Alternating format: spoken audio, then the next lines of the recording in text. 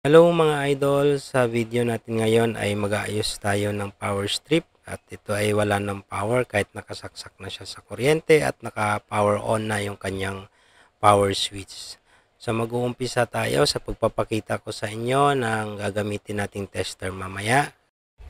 At ito yung ating outlet na gagamitin mamaya para sa pag-testing natin ng ating power strip.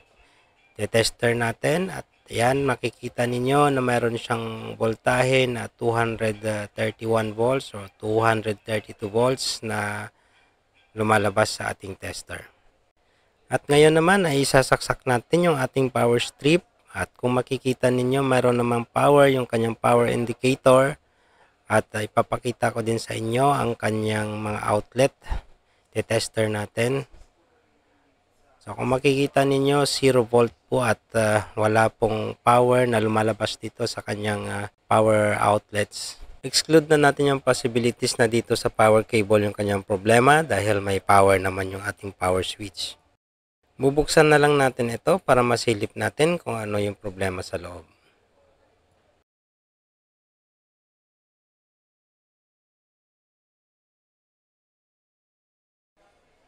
At dahil branded ito at gumagamit ito ng Y-type screw, kailangan natin ng Y-type screwdriver dito.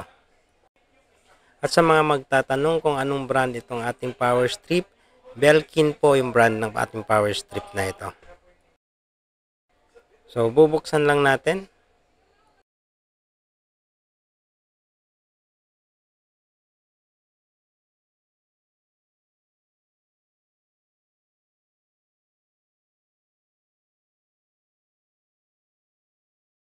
Ang dami na rin naka-stock na mga dumi sa loob, no? So lilinisin natin ito mamaya bago natin ibalik.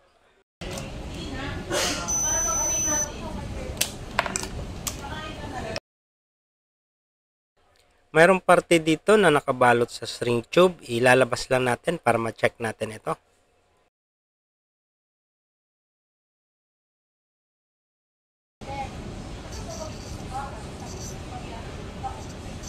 May continuity naman mula sa source natin papasok dito sa switch at palabas, no? So baka dito sa nakabalot na ito yung problema. Bubuksan natin ito.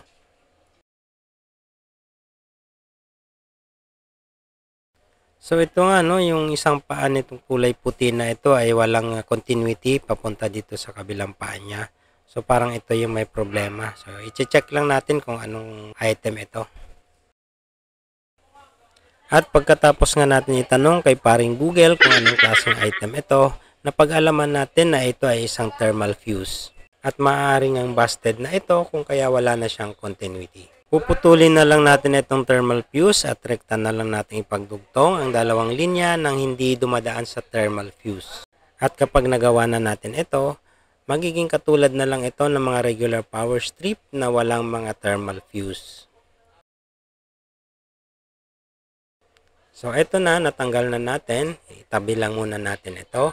At ang gagawin natin ay ipagdugtong na lang natin itong dalawang pinagputulan natin. Medyo matigas yung wire kaya gamitan natin ng long nose para mapihit natin ng maigi. At hihinangin natin para mas matibay yung kapit.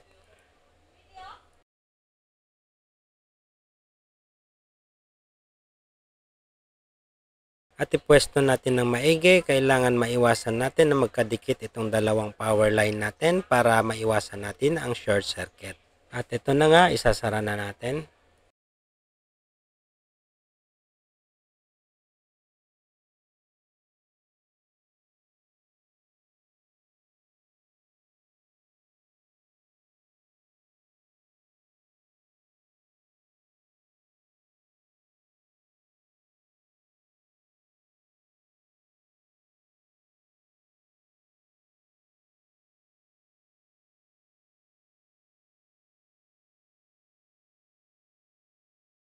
Power on lang natin.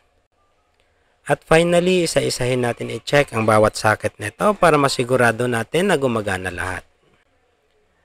At ito na nga, mayroon na tayong power output. Patunay na naayos na natin itong ating power strip. Hanggang sa mga susunod ko pang mga video, maraming salamat sa panunood and God bless everybody.